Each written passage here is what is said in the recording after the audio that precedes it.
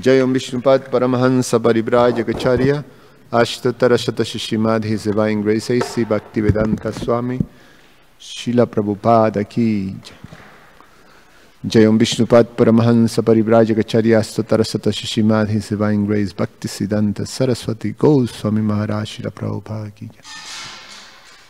You can bring the other microphone, your switch is better for the speaking. Grantara Srimad Bhagavatam Ki Nitai Gaura Premanandi Hari Hari Bol. All glories to the assembled devotees. All glories to the assembled devotees. All glories to the assembled devotees. All glories to Shishi Guru and Shigoranga.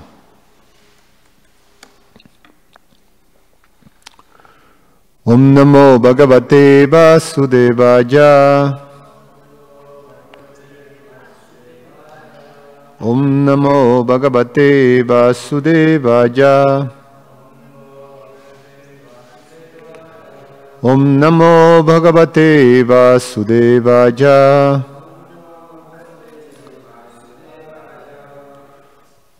First of all, I want to tell the devotees who are watching online that it's not supposed to be same devotee doing classes continuously. That is a whole different group of devotees, but it happens that this week is like that. So my apologies. Same to Kyle. All right.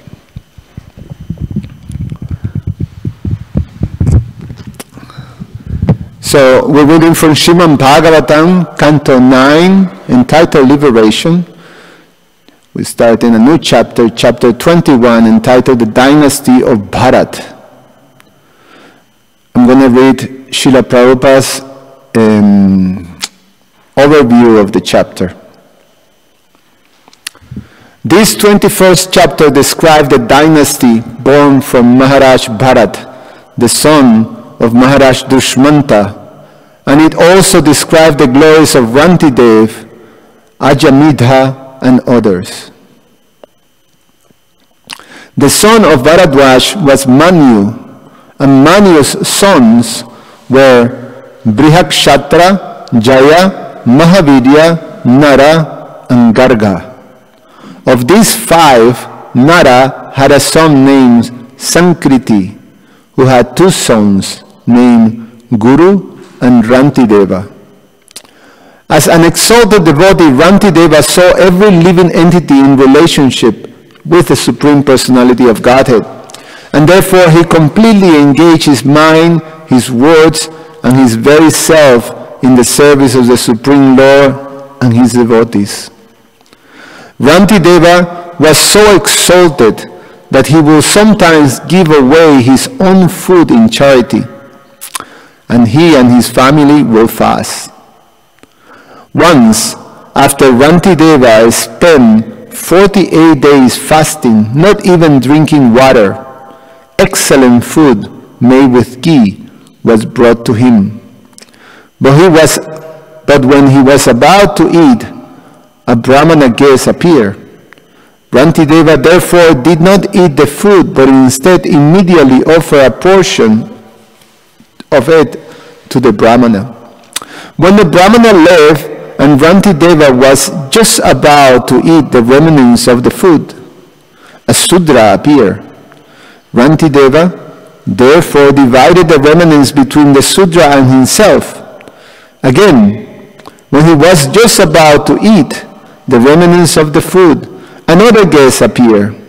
Rantideva therefore gave the rest of the food to the new guest and was about to content himself with drinking the water to quench his thirst.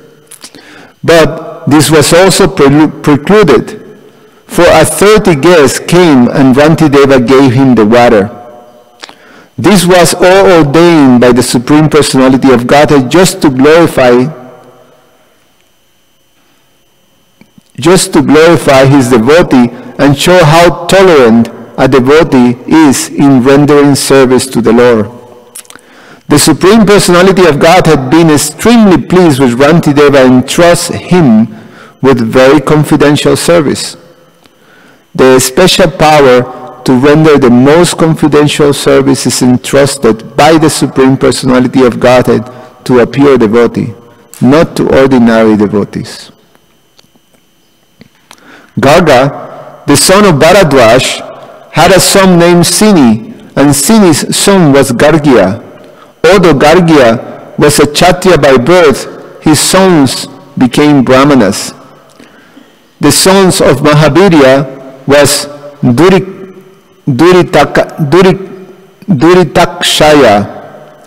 whose sons were Triyajaruni, Kavi, and Pushkararuni. Although these three sons were born of a Kshatriya king, they also achieved the position of Brahmanas. The son of Brihakshatra constructed the city of Hastinapura and was known as Hasti. His sons were Ajamidha, Dvimidha, and Purumidha. From Ajamidha came Priyamedha and other Brahmanas, and also a son named Brihadishu. The sons, grandsons, and further descendants of Brihadishu were Brihadanu, Brihatkaya, Jayadratha, Vishada, Sienajit, and Sienajit. From Sienajit came four sons, Ruchirashva, Dhridhanu, Kashya, and Vatsa. From Ruchirashva came a son named Para, whose sons were Pritushena and Nipa. And from Nipa came 100 sons. Another son of Nipa was Brahmadatta, and from Brahmadatta came Vishwakshena, from Vishwakshena, Udakshena, and from Udakshena, Balata. The sons of Dvimidha was Javinara, and from Javinara came many sons and grandsons, such as Kritiman, Satyadriti, Dridanemi, Suparshva, Sumati, Sannatimam, Kriti, Nipa, Ugrajudha, Shemya, Subira, Ripunjaya, and Bharatha. Purumidha has no sons, but Ajamidha, in addition to his other sons, had a son named Nila, whose sons was Shanti. The descendants of Shanti were Shushanti, Puruja, Arka, and Bharmyashwa. Bharmyashwa had 5 sons, one of whom, Mudgala, begot a dynasty of Brahmanas. Mudgala had twins, a son, Divudasha, and a daughter, Ahalya. From Ahalya, by her husband Gautama, Satananda was born. The son of Satananda was Satyadriti, and his son was Saradwan. Saradwan's son was known as Kripa, and Saradwan's daughter, known as Kripi, became the wife of Dronacharya. Text number 1. I read the Sanskrit and the translation. Sri Sukha uvacha bitatasya sutam manyor brihat shatro jajastata mahaviryo naro garga sankritistu narab majaha. Translation. Sukadev Goswami said, because Bharadwaj was delivered by the Marut demigods, he was known as Bitata. The sons of Bitata was Manu, and from Manu came 5 sons, Brihakshatra, Jaya, Mahavirya, Nara, and Garga. Of these 5, the one known as Nara had a son named Sankriti. Text number 2. Guruscha ranti devascha Sankrite pandunandana ranti devasya mahima ihamudra chagiyate. Translation: O Maharaj Parikshit, descendant of Pandu, Sankriti had 2 sons named Guru and Rantideva. Rantideva is famous in both this world and the next, for he is glorified not only in human society but also in the society of the demigods. Text 3-5. Vijadvitasya dadato labdham bubukshata niskinchanasya dhirasya shakutumbasya sidata vidyatijur asta chavarim sad ahanyapi batakila ahani apibat, I don't know how to do it. Ahinyapa bitakila gritapaja sasamjavam tojam pratar upashtitam kricha prapta kutumbasya shutribhyam jatabe pato atitir brahmana kale bhaktu kamasya chagamat. Translation: Rantideva never endeavored to earn anything. He will enjoy whatever he got by the arrangement of providence. But when guests came, he will give them everything. Thus, he underwent considerable suffering along with the members of his family. Indeed, he and his family members shiver for want of food and water, yet Rantideva always remained sober. Once, after fasting for 48 days, in the morning Rantideva received some water and some foodstuffs made of milk and ghee.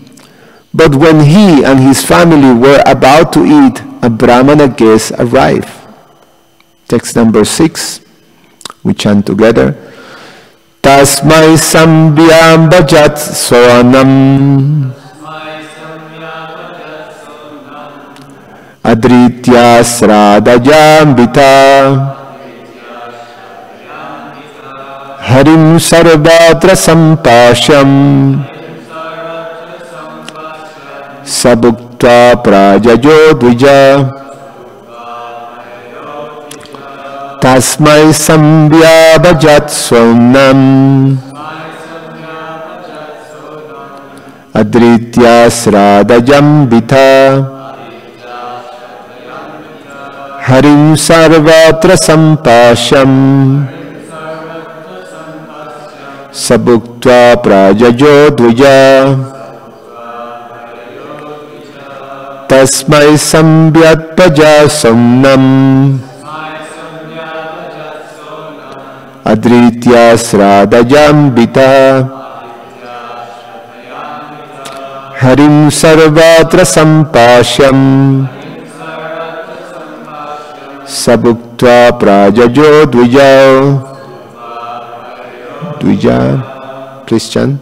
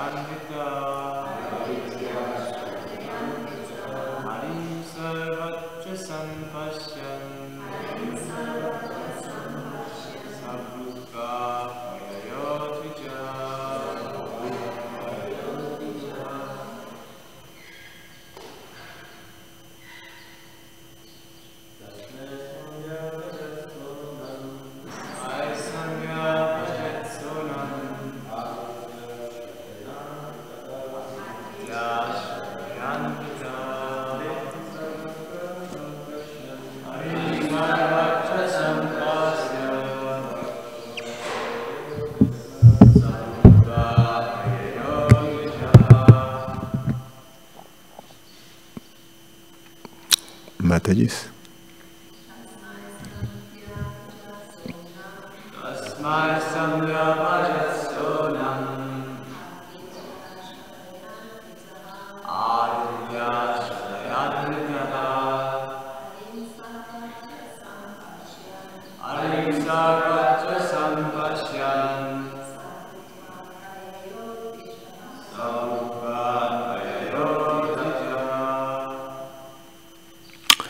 Tasmai, unto him, the Brahmana, Samvyabhajat, after dividing, gave his share, Saha, he, Rantideva, Annam, the food, Adritya, with great respect, Shraddhaya Anvitaha, and with faith, Harim, the Supreme Lord, Sarvatra, everywhere, or in the heart of every living being, Sampasham, conceiving, Saha, he, Bhuktva, after eating the food, Prajayao, left the palace, Dvijaha, the Brahmana. Translation and purport by His Divine Grace A.C. Bhaktivedanta Swami Srila Prabhupada Ki. Because Rantideva perceived the presence of the Supreme Godhead everywhere and in every living entity, he received the gaze with faith and respect and gave him a share of the food. The Brahmana guest ate his share and then went away. Purport. Rantideva perceived the presence of the Supreme Personality of Godhead in every living being, but he never thought that because the Supreme Lord is present in every living being must be God. Nor he distinguished between one living being and another. He perceived the presence of the Lord both in the Brahmanas and in the Chandala. This is the true vision of equality, as confirmed by the Lord himself in Bhagavad Gita 5:18. Vidya vinaja sampamne brahmane gabihastini sunichaiva swapakecha pandita shamadarshina. Quote, the humble sage by virtue of true knowledge sees with equal vision a learned and gentle Brahmana, a cow, an elephant, a dog, and a dog-eater outcast. End of quote. A Pandita, or learned person, perceives the presence of the Supreme Personality of Godhead in every living being. Therefore, although it have now become fashionable to give preference to the so-called Daridra Narajan, or, quote, poor Narayana, Rantideva had no reason to give preference to any one person. The idea that because Narayan is present in the heart of one who is Daridra or poor, the poor man should be called Daridra Narayan is a wrong conception. By such logic, because the Lord is present within the heart of the dogs and hogs, the dogs and hogs will also be Narayan. One should not mistakenly think that Rantideva subscribed to this view. Rather, he saw everyone as part of the Supreme Personality of Godhead. Hari Sambandhi Vashtuna. It is not that everyone is the Supreme Godhead. Such a theory, which is propounded by the Mayavadi philosophy, is always misleading, and Rantideva would never have accepted it. Om Magyana Timrandasya Jananjana Shalakaya Chakshur Ummilitam Yena Tasmai Sri Guruve Namaha. Namo Vishnupadaya Krishnaprasaya Bhutale Srimate Romapada Swami. Namo Vishnupadaya Krishnaprasaya Bhutale Srimate Bhaktivedanta Swamin iti namine Namaste Saraswate Deve Gauravani Pracharine Nirvishesha Shunyavadi Pashatyade Satani. Vancha Kalpatarubhyascha Kripa Sindhu Vyaevacha Patitanam Pavanebhyo Vaishnavebhyo Namo Namaha.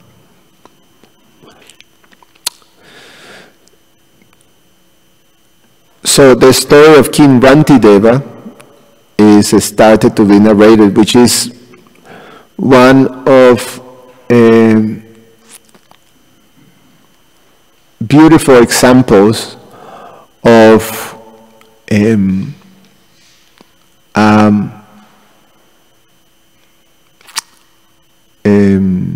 what is it? How's it called? The Raja Rishi, a saintly king, a perfect devotee who is showing how to be a perfect administrator or the perfect king.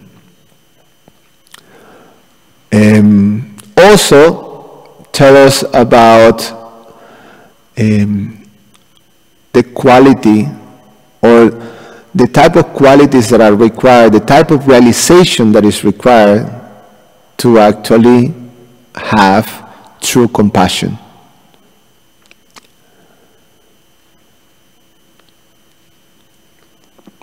There are two kings in the narration of the Bhagavatam that highlight this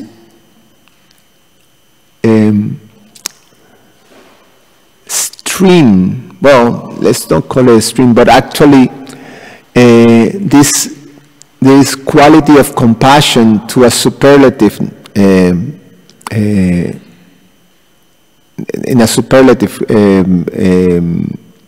quantity.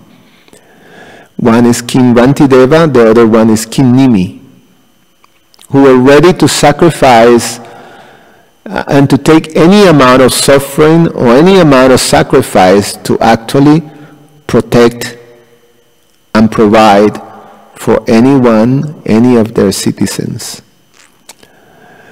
So I'm tempted to actually narrate the pastime of King Rantideva, but is we're going to hear verse after verse, so it's going to unfold, which is, very beautiful. And Prabhupada gave a synopsis of the, skipping some of the details, which are quite fascinating.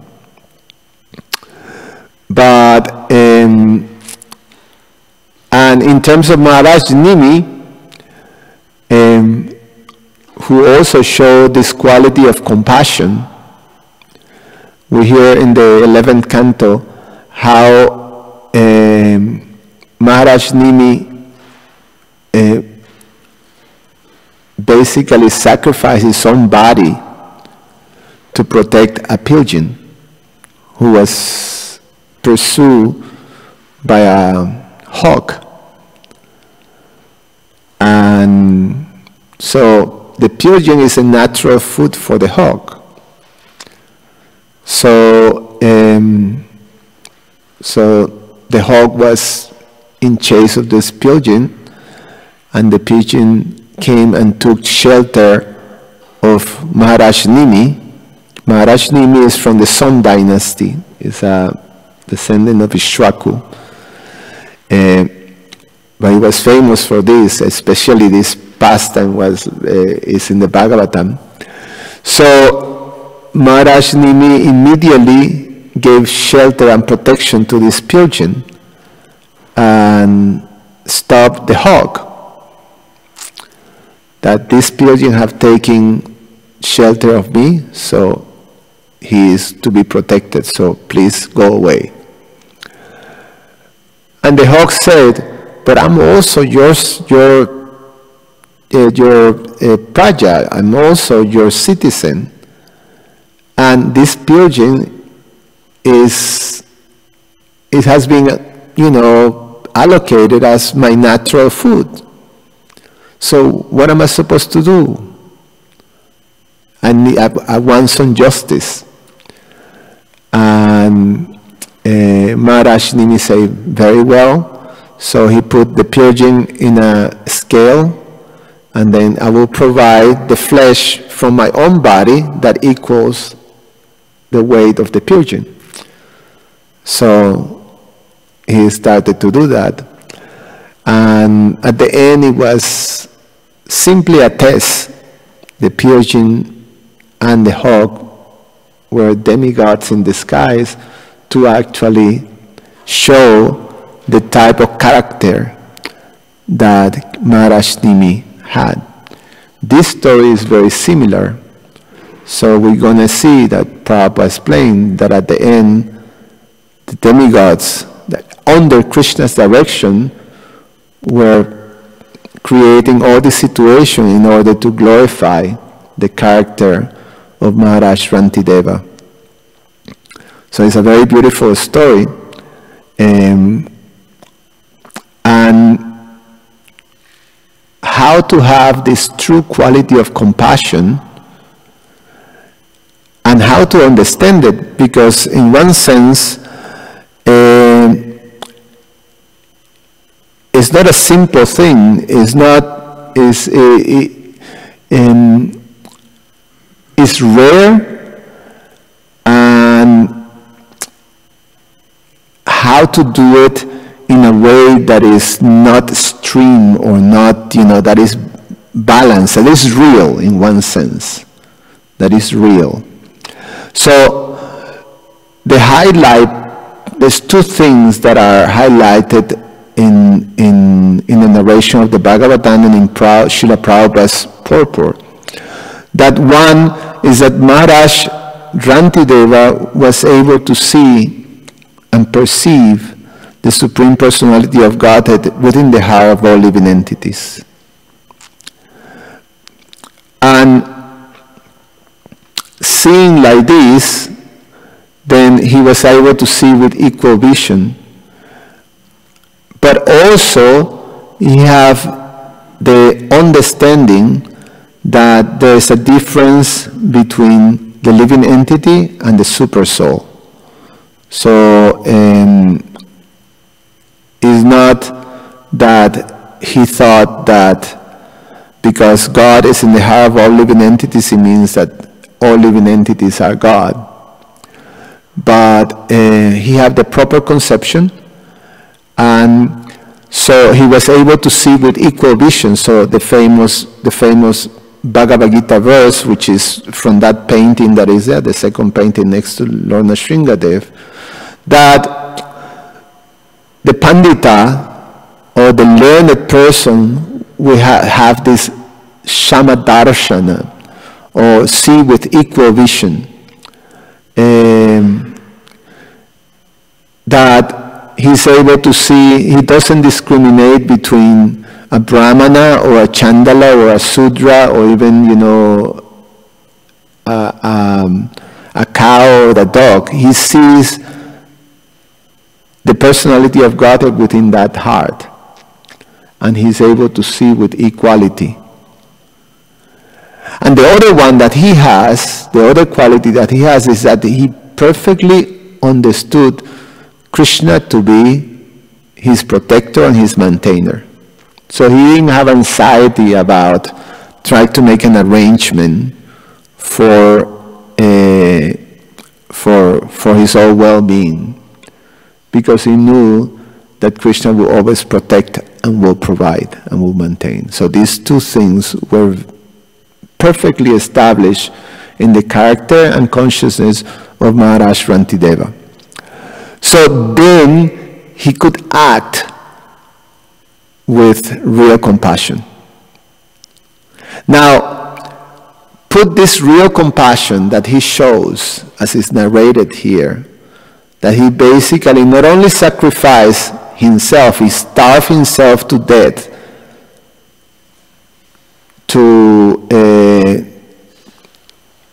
in order to satisfy others. But not only himself, but also his family, the royal family. And he was a king. So it seems that it's a little too extreme. Actually, no, quite extreme. I mean, what a social worker in modern days would think of such a person that will starve his family to death in order to give charity to someone else. it may not seem, quite acceptable. And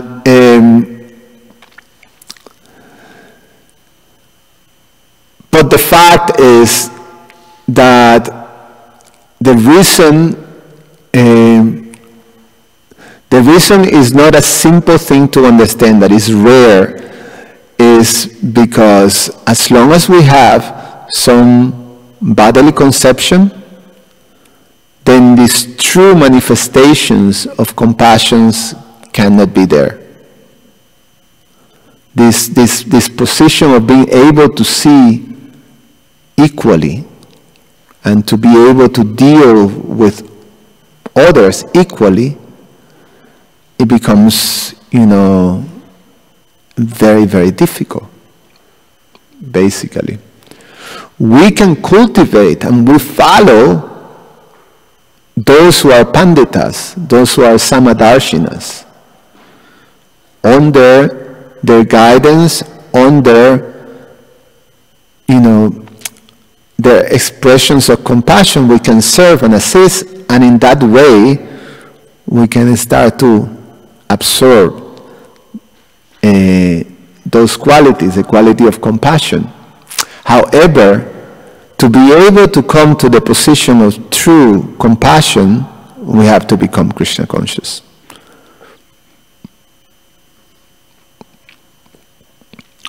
So there's a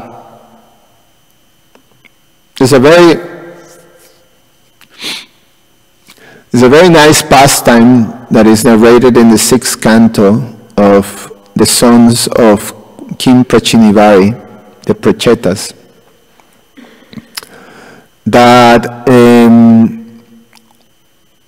they were given a lesson by Soma, the demigod of we heard about yesterday, the moon god, and we're talking right now about the dynasty of the moon, in which the moon god gave to bring the Prachetas to sober them. He gave this instruction that it was, very important. The pastime goes like this, and then the instruction, it tells us about what a perfect king or a ruler, what kind of understanding must have. So Queen Prachinivari sent his 10 sons, the Prachetas, to perform austerities in order to prepare them to become the rulers of the world. And they performed austerities under the direction, the guidance of Lord Shiva, and actually Narada Muni and Lord Shiva. And when they came out of their 1,000 years of austerities, they came out into an earth that was, because it was no ruler, then it has been overgrown by vegetation. So there was no space for good, farming land. So in order, they immediately, feeling compassion for the citizens, they started to burn all the trees of the world. So it was, a very extreme thing, okay, there's a problem, then, the human, the citizens, the humans, they were having this problem. I'm recognizing myself with this problem, with the problem of those who are like me, and I'm going to burn all the trees. So by their mystic powers, they started to fire and winds coming from their mouth, and they started to burn all the trees. But Soma, who is the demigod that is in charge of trees and vegetation, came and told them to please stop. they're also your subjects, and they should be given protection. So you can, sometimes we can be extreme. We like, in general, condition, a symptom of conditional bodily conception means that we like black and white. Is this way or this way?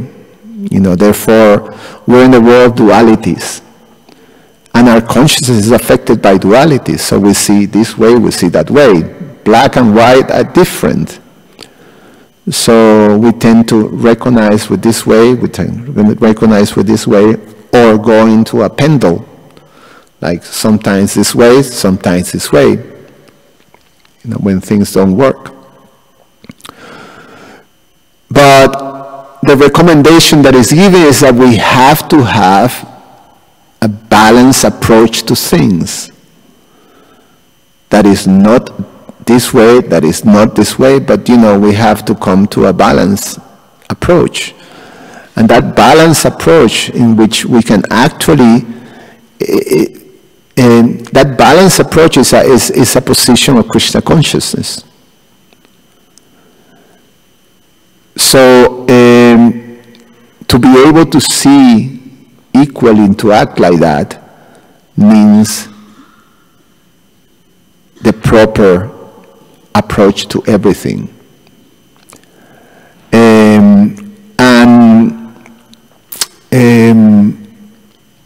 When it's not like that, we're simply trying to solve problems and create more problems. When we don't have that balanced approach, a Krishna conscious approach to things. One problem creates another problem. So Somato, the Prachetas, as the father and mother are friends and maintainers of their children, as the eyelid is the protector of the eye, as the husband is the maintainer and protector of a woman, as the householder is the maintainer and protector of beggars, and as the learned is the friend of the ignorant, so the king is the protector and giver of life to all his subjects. The trees are also subjects of the king, therefore they should be given protection. So the natural position is, especially of those who are rulers, is to see with equal vision, is to be able to see. But you cannot do that if you're not Krishna consciousness. We cannot do that. Even in our society of devotees, as we grow more, and our Krishna consciousness mature individually and collectively, then we can come to the position of basically taking the world, or take care of the world. Srila Prabhupada says that if we are in that position, more or less paraphrasing, that Krishna can give us the world in 18 days if we're ready. So what is that we have to be ready for? We have to come to that position. We have to come to the position of being able to protect and to give life, the giver of life. We have to be able to see it like that. And it will be natural. It will be a natural thing. It won't be something that you have to calculate or you have to prepare yourself. It will be something natural, like these examples that Soma gave to the Prachetas. A mother and a father doesn't have to sort of make plans of how to nourish the child when they're real mothers and fathers. It's natural, it comes natural. By love, it comes natural. Or say the eyelid is a much more graphic example. It's not that we sit down, and say, okay, my eye is feeling a little dry. I'm thinking I'm going to, in a matter of a second, close my eyelid, 28 times. So if I do 28 times opening my eyelids and closing, then I will protect my eye. No, it will happen automatically. We don't have to sing. It's something that happens naturally because it's the natural function of the eyelid. We don't have to make calculations. So similarly, that position will happen naturally. Compassion will happen naturally. It's not something that we have to make an effort to. If we're not in that position, then it means that we're still dealing with, or we still have to grow with, overcome the tendency that we have to recognize ourselves with those who are like me. And then I tend to discriminate.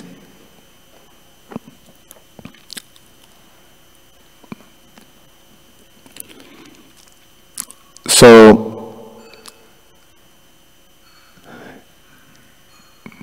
saying this, I just thought that, okay, I didn't prepare a lot. So as I say this, it came to me that, okay, how about the Madhyama Adhikaris that have to do, or the preachers, they have to discriminate between someone who is innocent, someone who is a devotee, and someone who is a demoniac. We're not seen equally there. So, interesting question. I don't know if I want to dive on that one.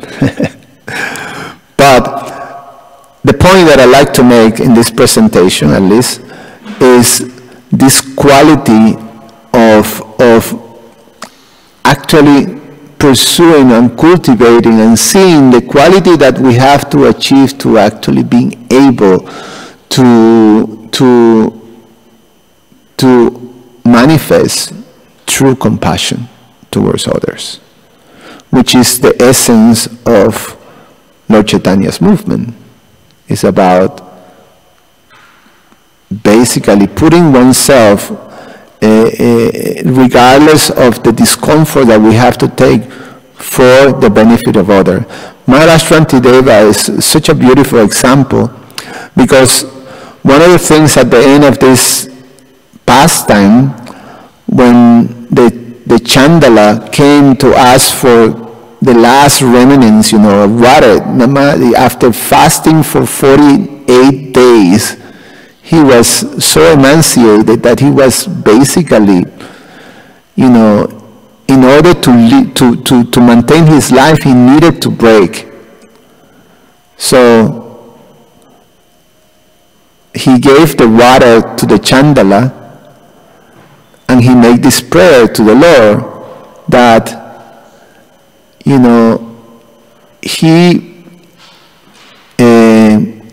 he doesn't want, just like Prahlad Maharaj, just like Vasudev Datta, like Jesus Christ, he doesn't want to see the suffering in others. I take that suffering as long as, those who are under his shelter are fully maintained.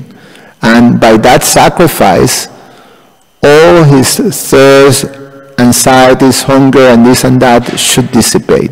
So he prays to the personality of Godhead to give him that position in which he can sacrifice himself for the benefit of others. So that is the essence of a Vaishnava, of the devotee under Lord Chaitanya's Sankirtan mission, that we take for the benefit of the world. We can sacrifice ourselves, But to be able to do that, truly, we need to have this, we need to actually get these qualities of understanding that Krishna is our protector, and that as Krishna being present in the heart of all living entities, we can actually deal with all living entities with the same respect and devotion, understanding that we can see them equally without making distinctions. Anyway, such a beautiful thing, deep. Wish that we have put more time to, make a more complete discussion on it. Comments or questions?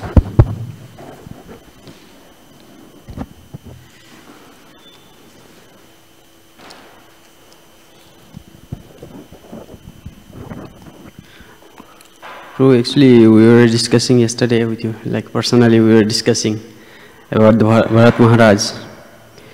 In chapter, Bhagavatam, 5th canto, 7th chapter and 2 number verse, there's a description of Bharat Maharaj's son. Who?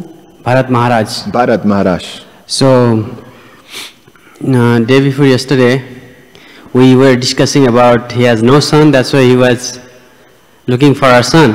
So, Maruta, hand over that son to Bharat Maharaj, right? So, which Bharat Maharaj we are,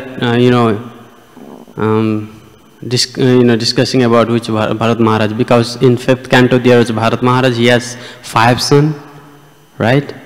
So now in 9th chapter there is another Bharat Maharaj who has no son. So I'm a little confused.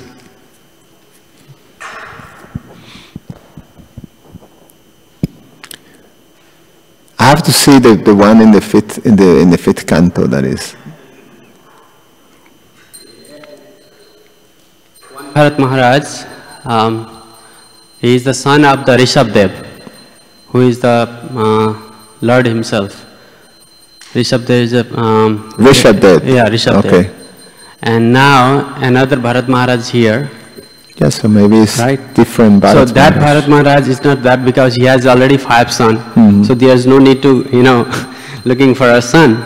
So he was disappointing the son, So here is another Bharat Maharaj. So I'm a little confused. And there's also Bharat, the brother of Lord Ramachandra. Yeah, so... I'm not sure. To tell you the truth, I'm not sure. I don't want to answer. Maybe someone else, No? Yeah, I'm not fully sure of that Bharat Maharaj. Because on that chapter, Prabhupada explained very nicely that Bharat Maharaj is controlling whole, Bharat Varsha. So there is all the description, his son, everyone, and his father is Rishabdev.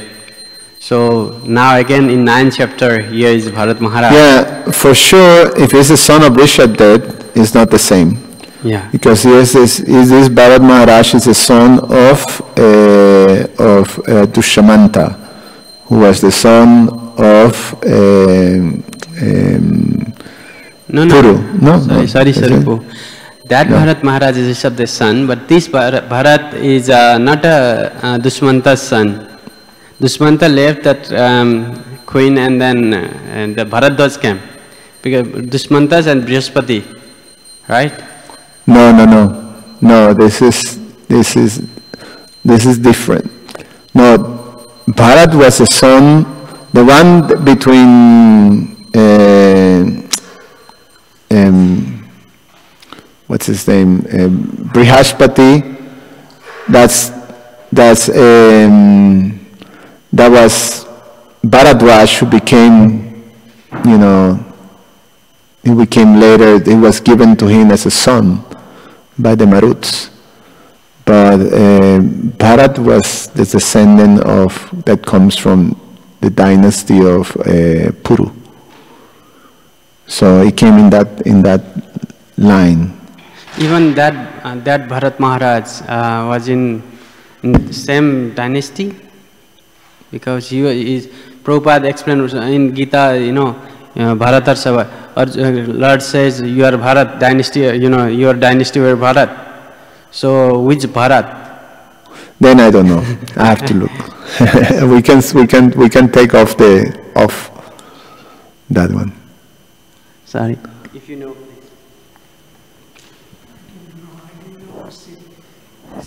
Actually, I am asking, in 5th canto, there is, in 7th chapter, there is Bharat Maharaj's story is coming. He has 5 sons, right? So, I think I'll tell you the name.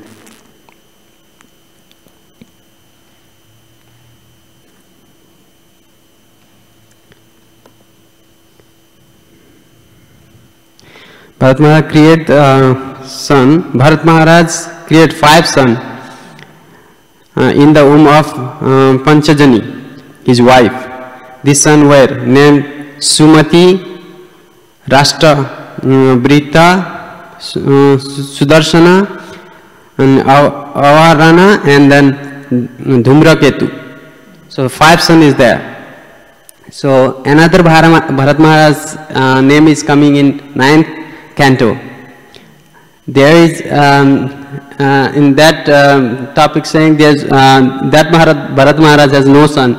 That's why Maruta delivered that son to him, because he was looking for a son. Right? So I'm confused which Bharat Maharaj we are. Yeah, you're right. You're right. Bharat Maharaj is different from that. Because this Maharaj, that in 5th canto, what you are saying, that is different. That Sumati is different, that his wife, and this Sakuntala and this other is different. Like we have seen several places, same name is repeated, different things. Like so, that dynasty is different from this dynasty. And that I can give you picture tomorrow. I have that all family diagram. Actually, it's a good point that you bring, because I see now, because it looks like this Bharat, that Bharat of the 5th canto is the one who falls down as a deer, and then is the one that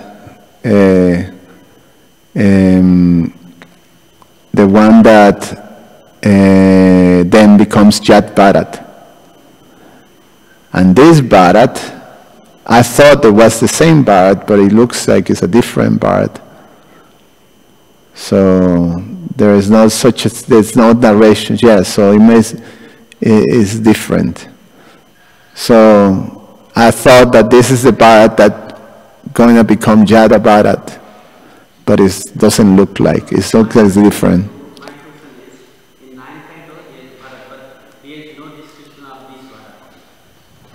It's just a different Bharat.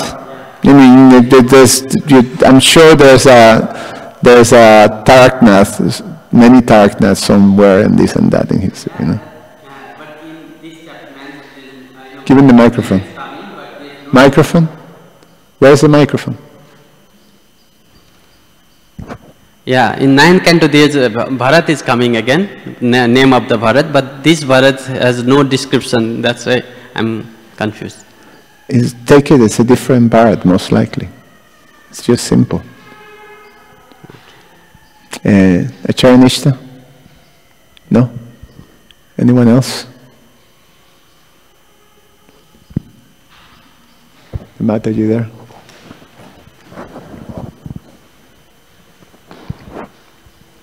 Thank you for the class. Can you speak closer to the microphone?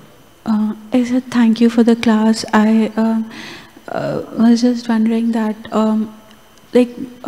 everybody acts according to the qualities endowed by birth. So some have demonic and some have divine qualities. So even the quality of compassion is going to be instigated by the qualities they have been endowed with. So in a particular qualities that are what? Endowed. endowed with. Endowed with, okay. So in a particular situation, how we react will be based upon maybe how we have been treated, or like conditionally according to our circumstances, or because of the qualities that we have been endowed with. Then what is the use of preaching and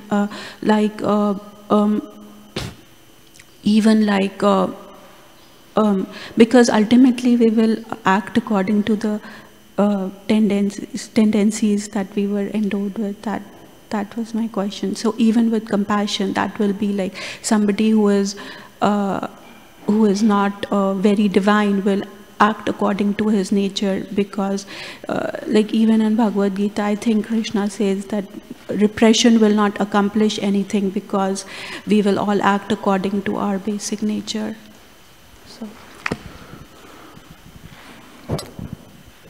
So the question is, what would be if one is affected by one's condition, and in this particular case of compassion, so if one tries to act in compassion but is still being affected by one's state of consciousness on this and that, then, would it be a right from someone to actually preach with that type of limitations? Is that more or less understanding?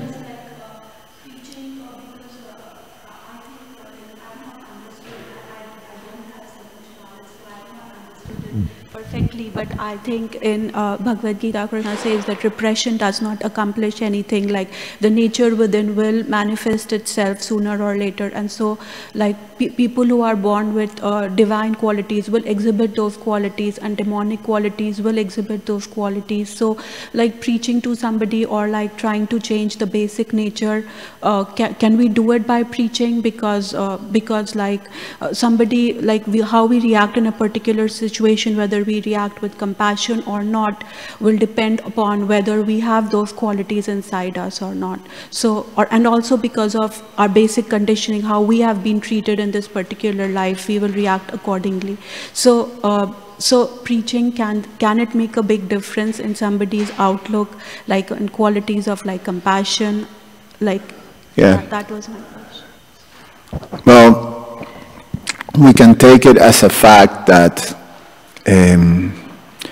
when preaching, or when actually trying to help someone or help any situation with our conditions, material consciousness, or whatever level of material consciousness in general, is not going to fully address the problem.